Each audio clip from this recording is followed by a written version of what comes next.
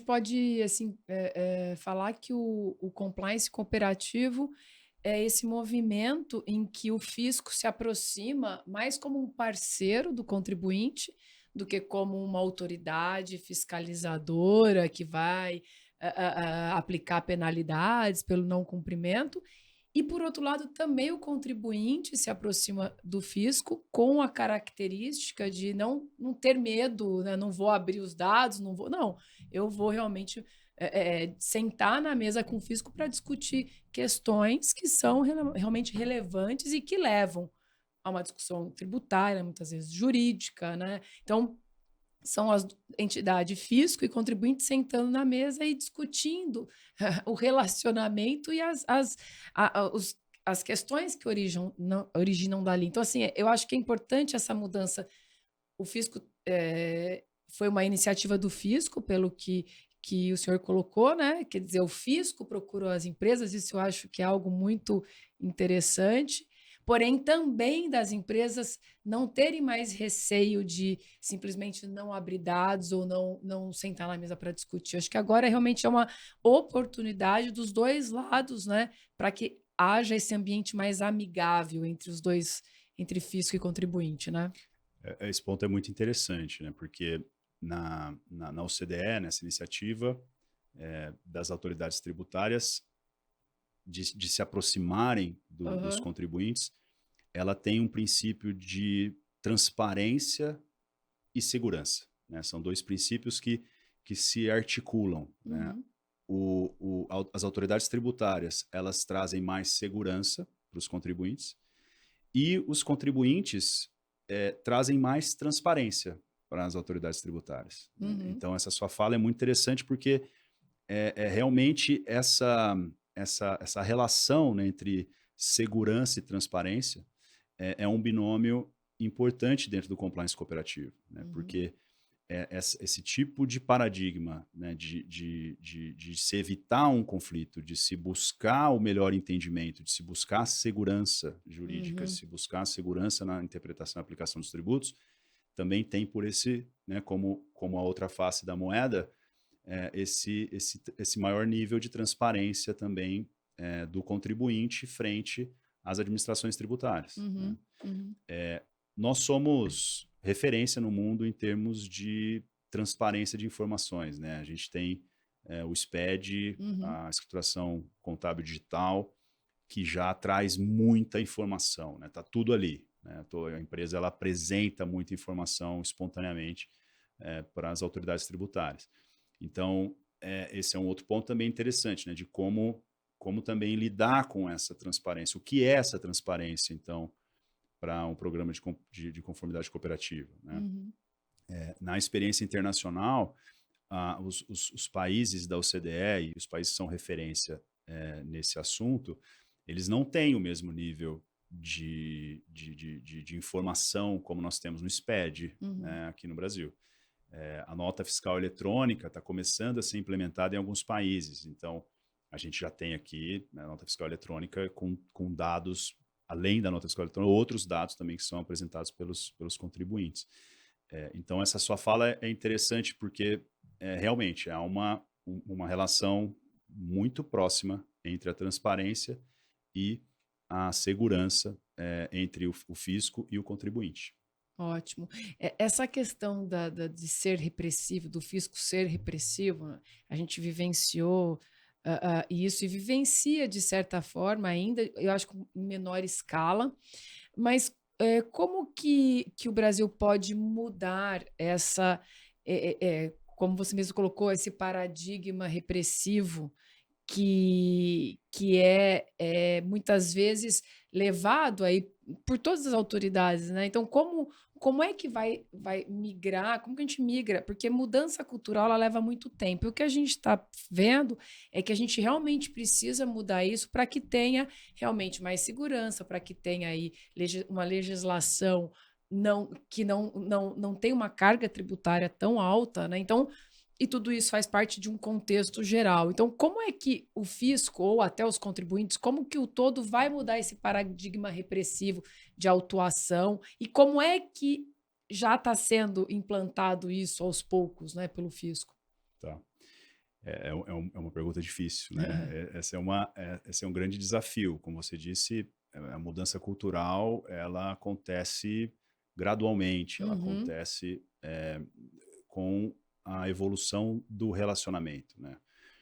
Mas, ao mesmo tempo, existem formas de se implementar uma estrutura, ou de se implementar critérios, ou de se implementar procedimentos que permitam essa mudança de cultura. uhum. Um desses pilares, Trícia, me parece que está relacionado com a própria administração tributária, né? De você permitir que a administração tributária também tenha a possibilidade de atuar em cada caso com a análise ou com o amparo da sua estrutura ou amparo dos seus superiores ou amparo até do próprio sistema. Porque a gente tem também dentro do nosso modelo uma relação que transfere para a autoridade administrativa, e aí, né, os servidores todos de todos os níveis, né, nos municípios, nos estados e no âmbito federal, uma responsabilidade pelo lançamento tributário, né? Então, É. esses servidores também, eles ficam dentro de uma relação interna que os coloca também numa situação de preocupação, né? Uma situação também de, olha, peraí, mas se tem uma interpretação aqui que é duvidosa, se tem uma interpretação que ela é mais favorável ao fisco, esses servidores que estão lá na ponta, eles vão, né, por uma questão até humana, buscar essa situação de conforto, né? Eles vão buscar essa situação de trazer ali uma segurança para ele individualmente também, né? Ele não Então, pode simplesmente deixar de autuar algo, exatamente, até por uma responsabilidade funcional, né, que ele tem. exatamente. Então, a gente percebe, assim, muitas situações de autos de infração que são lavrados, mesmo diante de uma situação que é uma situação controvertida, que é uma situação que tem interpretações favoráveis nos tribunais já Uhum. consolidada, e o fiscal fala, mas eu tenho que atuar. Eu tenho que atuar porque essa interpretação você vai discutir, vai lá e vai discutir. Então, essa insegurança jurídica, É, ela é um mecanismo muito perverso dentro dessa relação, né? Porque ela também traz essa postura para a fiscalização. A fiscalização vai buscar uma postura também que vai proteger o interesse da arrecadação.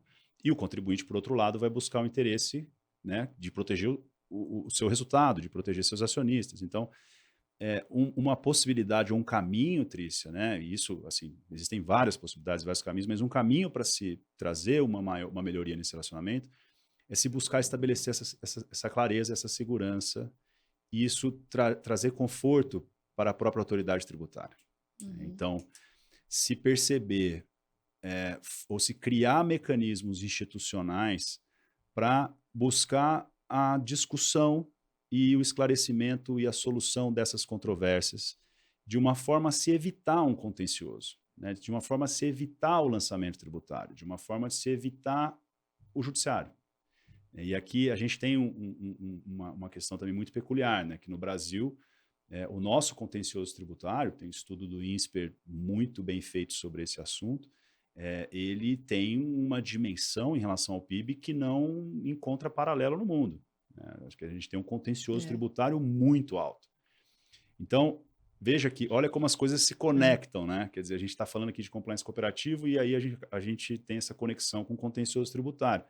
Então, uma das questões, né, que poderia trazer mais segurança, poderia melhorar esse relacionamento, é de se buscar afastar essa insegurança a partir de mecanismos institucionais. Então, como que a gente poderia fazer isso, né? Um caminho seria se estabelecer um diálogo prévio às autuações. Então, tem uma situação aqui que é uma situação controvertida, né? Uma situação controvertida, então vamos entender o que está acontecendo aqui, né? Antes de autuar, vamos entender o que é.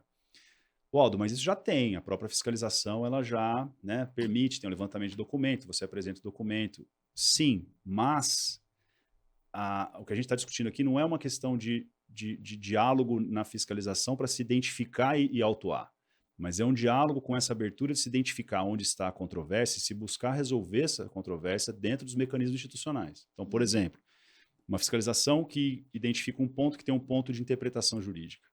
Então, antes da autuação, já se suscitar essa questão jurídica dentro da própria estrutura daquele ente, para que tenha uma interpretação sobre aquele determinado ponto. Aí vai haver uma interpretação sobre aquele ponto e isso vai se estender, ou vai firmar o entendimento dentro da administração.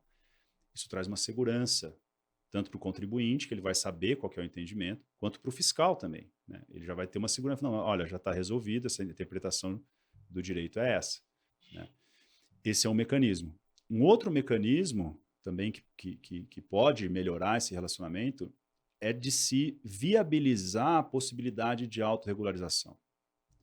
Esse ponto também é muito interessante, porque a cultura, né, da repressão e a cultura de se buscar a multa, ela está muito focada na multa, sendo que o próprio objetivo da multa, ou a existência da multa, é para garantir o cumprimento da obrigação. Não é arrecadatória. Exatamente. A multa não é arrecadatória, né? Exatamente. Então, veja, a gente precisa exatamente deslocar esse olhar. Né? Não é a multa que é o mais importante. O mais importante é o cumprimento da obrigação. Como que a gente faz e garante que haja o compliance? Né? Como que a gente garante que essas normas sejam cumpridas da forma correta? Como que a gente garante que o tributo seja recolhido no seu montante correto? Como que a gente garante que as obrigações acessórias sejam entregues da forma correta? Então, o mecanismo também institucional para se melhorar esse cumprimento da obrigação tributária é você permitir que o contribuinte tenha conhecimento dos erros e ele possa corrigir esses erros. Né? Uhum. É interessante que isso já vem aparecendo também em alguns estados, né? A própria Receita Federal já vem fazendo isso também com grandes contribuintes. Na pessoa física, a pessoa física recebe aquela cartinha, né, da malha, olha, estou vendo aqui, tem aqui uma divergência. É isso, sabe? Essa é uma iniciativa de melhora desse relacionamento. Né? E isso é institucionalizado. Então, o ente federado, né, União, Estado, Distrito Federal, município, cria condições para que esse cumprimento seja feito de uma forma espontânea pelo contribuinte. Né? Aí a gente entra aqui numa outra relação interessante que a gente pode voltar quando a gente for falar de multa. Tá? Mas me parece que esses dois pilares, né, de você trazer segurança a partir de interpretação, a partir de identificação de qual é essa controvérsia, isso para a administração e para o fisco. E o outro, de você focar no cumprimento da obrigação e não na multa, eles podem funcionar como catalisadores dessa mudança de relacionamento. Né? E aí, como você disse, é algo que é cultural e vai sendo feito pouco a pouco. Mas as instituições precisam dar esse apoio. Né? As instituições precisam dar essa estrutura para que as partes possam, dentro dessa estrutura, estabelecer esse objetivo.